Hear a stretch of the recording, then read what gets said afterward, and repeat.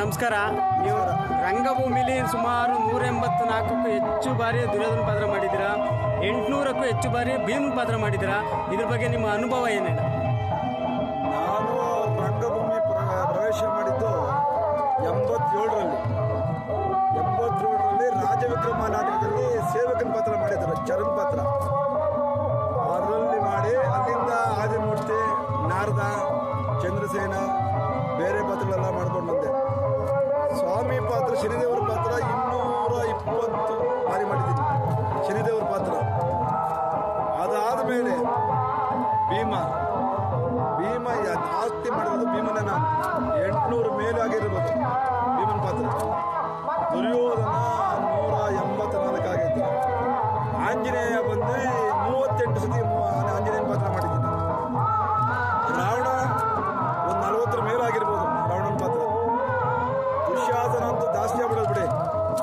ಭೀಮ, ದುಶ್ಯಾಸನ ಎರಡು ನಾನೇ ಮಾಡ್ತಿದ್ದೆ ಒಂದು ಕಾಲದಲ್ಲಿ. ಯುದ್ಧರಂಗ ಇರ್ತಿರಲಿಲ್ಲ, ಎರಡು ನನ್ನ ಕಲೆ ಮಾಡಿಬಿಡೋರು. ನಮ್ಮ ಕಲ್ಲೂರಿನಷ್ಟು ವಜ್ರಪ್ಪರು ನೀನೇ ಮಾಡ್ಬಿಡು ಎರಡು ಅಂದ್ಬಿಡೋರು. ಬೇರೆಯವರು ಚಕ್ಕರ್ ಕೊಟ್ಬಿಡೋರು. ಆ ಟೈಮಲ್ಲಿ ನನಗೆ ಹೇಳ್ಬಿಡೋರು ಎರಡು ನೀನೇ ಮಾಡಿ ಜಯಸವನ್ನವರು. ಆ ಥರ ಮಾಡ್ಕೊಂಡು ಬಂದಿದ್ದು. ಅದು ರಂಗಭೂಮಿಯಲ್ಲಿ ತುಂಬ ಅಂದರೆ ತುಂಬ ಕಳೆದುಬಿಟ್ಟಿದ್ದು ದೊಡ್ಡವನು. ತುಂಬ ನಮ್ಮ ಮನೆ ಮಟ್ಟೆಲ್ಲ ಮಾರ್ಕೊಂಡ್ಬಿಟ್ಟಿದ್ದೆ ಬಿಡಿ. ನಾವು ನಮ್ಮ ಜೀವನದಲ್ಲಿ ಇವತ್ತು ಏನಾರು ಇದ್ದರೆ ನಮ್ಮ ದಾಸರಳ್ಳಿ ಕಡೆ ಒಂದು 10 ಸೈಟ್ ತೆಗಿಬೋದಾಯ್ತು. ನಾನು ಎಲ್ಲ ಈ ನಾಟಕ ಮುಂದಕ್ಕೆ ಹೋಗೋದು, ತಲೆ ಮೇಲೆ ಚಪ್ಪಡಿ ಕಡೆ ಎಳ್ಸ್ಕೊಳ್ಬೋದು. ಈ ಥರನೇ ಆಗಿ ತುಂಬ ದುಡ್ಡು ಕಳೆದುಬಿಟ್ಟು ಇವಾಗ ಹುಷಾರಾಗ್ಬಿಟ್ಟಿದ್ದು ನೋಡಿ. ಆವಾಗಿಂದ ಕಳೆದು ಸಾಕಾಗಿ ಈಗ ಹುಷಾರಾಗ್ಬಿಟ್ಟು. ರಂಗಭೂಮಿಲಿ ನೀವು ಮಾಡಿರೋ ಹೆಸರು ನಿಜವಾಗ್ಲೂ ಅದೊಂದು ಸಾಧನೆ, ಅಜರಾಮರ. ಅದು ಏನದು ಕಲಾವಿದರು ಆಶೀರ್ವಾದ, ನಮ್ಮ ತಂದೆ ತಾಯಿದ ಆಶೀರ್ವಾದ, ಅದು ಅವ್ರು ಸೇರಿದ್ದು. ಅವರು ನನಗೆ ಇಷ್ಟೊಂದು ಪ್ರೋತ್ಸಾಹ ಕೊಟ್ಟು ರಂಗಭೂಮಿಯಲ್ಲಿ ಬೆಳೆಯೋಕ್ಕೆ ಮಾಡಿದ್ದು ನಮ್ಮ ತಂದೆ ತಾಯಿಗಳು, ನಮ್ಮ ಅಣ್ಣದಿರು ಅವರೆಲ್ಲ ಅಡ್ಡ ಹಾಕ್ಬಿಟ್ಟಿದ್ರು. ನಾನು ಇಷ್ಟೊಂದು ಬೆಳೆಯೋಕ್ಕೆ ಆಗ್ತಿರಲಿಲ್ಲ. ಅಂದರೆ ನನಗೆ ಅತಿಯಾಗಿ ಬೆಳೆಸಿದ್ದು ಅಂದರೆ ಶ್ರುತಿ ಟ್ಯಾಕ್ಸ್ ಆಡಿಯೋ ವಿಡಿಯೋ ಕಂಪ್ನಿಗಳಲ್ಲಿ ಶ್ರೀಮಂತನ ಪಾತ್ರ ಸುಮಾರು ಮಾಡಿದ್ದೀನಿ. ಎಲ್ಲ ಶೂಟಿಂಗ್ ಮಾಡಿರೋದು ವಜ್ರಪ್ಪರ ಕೈಲಿ. ಆಮೇಲೆ ಕಲ್ಲೂರು ಶ್ರೀನಿವಾಸರ ಕೈಲಿ ನಾವು ಸಿಗಾಕೊಂಡು ಅಲ್ಲಿಂದ ಆಚೆಗೆ ನಂದು ದಾಖಲೆ ಮುರಿದೋಯ್ತು. ದಾಖಲೆ ಅಂದರೆ ಅದ್ಭುತವಾದ ಎಲ್ಲೋದ್ರು ಸುರೇಶ, ಭೀಮ, ದುರ್ಯೋಧನ, ದುಶ್ಯಾಸನ, ಸುರೇಶ ಇರಬೇಕು ಅನ್ನೋರು. ನಮ್ಮ ಕಲ್ಲೂರು ಮಾಸ್ಟರ್ ಪೇಮೆಂಟ್ ಆರ್ಟಿಸ್ಟ್ ಅಂತ ಮಾಡಿದ್ದೆ. ನಮ್ಮ ಕಲ್ಲೂರು ಮಾಸ್ಟರ್ ಅವರು ನಮಗೆ ಎಲ್ಲಿ ಹೋದ್ರೂ ಅವ್ನು ಪೇಮೆಂಟ್ ಕೊಡ್ರಿ ನಾವು, ಆ ಥರ ನಮ್ಮನ್ನ ಪೇಮೆಂಟ್ ಆರ್ಟಿಸ್ಟ್ ಅಂತ ಮಾಡಿಬಿಟ್ರು ಮಹಾನುಭಾವರು. ಅಲ್ಲಿಂದ ಆಚೆಗೆ ಎಲ್ಲಿ ನೋಡ್ಬಿಟ್ಟಿದ್ದವೋ ಎಷ್ಟು ಮೇಷ್ಟ್ರುಗಳಾಗಾದ್ರು ನಮಗೆ ಏನು ಕಥೆನ ಗೊತ್ತಿಲ್ಲ. ಬೇಜನ್ ಜನ ಮೇಷ್ಟ್ರು, ಒಂದು 35-40 ಜನ ಮೇಷ್ಟ್ರುಗಳು. ಎಷ್ಟೋ ಜನ ಅಲ್ಲೇ ಹೋಗಿ ನಾವು ಮೇಷ್ಟ್ರ ಮಕ್ಕ ನೋಡಿದ್ದೀವಿ, ಇವ್ರು ಯಾರು ಅಂತ ಗೊತ್ತಿರಲ್ಲ. ಆ ಥರ ಕರ್ಕೊಂಡೋಗಿ ನಮ್ಮ ಪಾದಗಳು ಮಾಡ್ಸೋದು ಅದು ಭಾರಿ ಬಿಡಿ.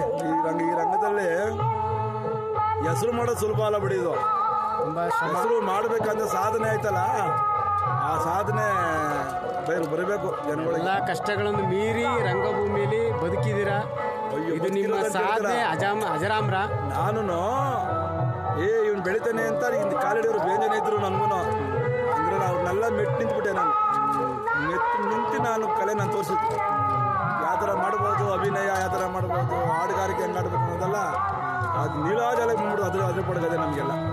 ಅದರಿಂದ ನಮಗೆ ಚೆನ್ನಾಗಿ ಅನುಭವ ಆಡಬೇಕಾದ್ರೆ ವಜ್ರಪ್ಪರು, ಕಲ್ಲೂರು ಶ್ರೀನಿವಾಸ್ ಅವರು, ಹನುಮಂತಾಚಾರ್ಯರು, ನಮ್ಮ ಚಿಕ್ಕಪ್ಪವರು, ಗುರ್ಲಿಂಗಯ್ಯ ಅವರು ಮಾರ್ಗದರ್ಶನದಲ್ಲೇ ನಾವು ಇಷ್ಟೊಂದು ಬೆಳೆಯೋಕ್ಕೆ ಸಾಧ್ಯ.